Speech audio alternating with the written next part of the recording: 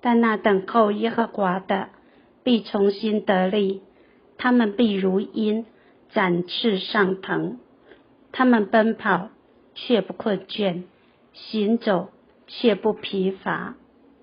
以赛亚书40章31节。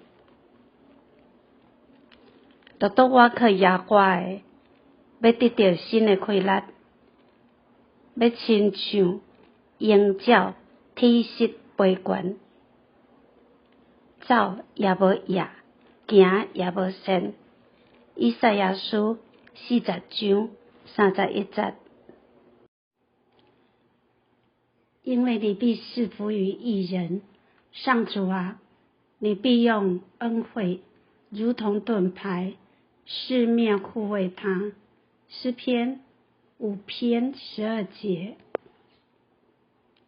因为你要赐福给义人，耶和华啊，你要用恩惠亲像盾牌，四面为伊。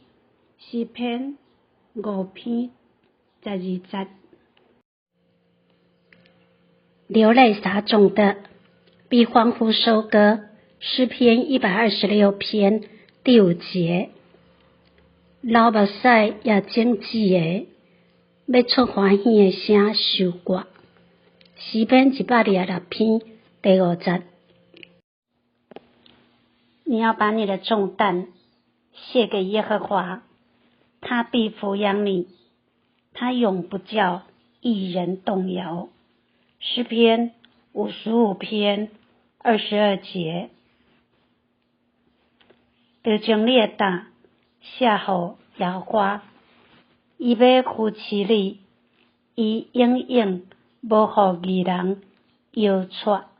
诗篇55篇22节。上主听了我的恳求，上主必收纳我的祷告。诗篇6篇9节。耶和华有听我的恳求，耶和华要接纳我的祈祷。诗篇6篇9节。你使我脚下的地步宽阔，我的脚未曾滑跌。诗篇18篇36节。你予我所踏的地开阔，我的脚袂捌踏出。诗篇18篇36节。又要以耶和华为乐，他就将你心里所求的赐给你。诗篇37篇第4节。得了耶和华最欢喜，伊就将你的心所求的予你。诗篇37篇第4节。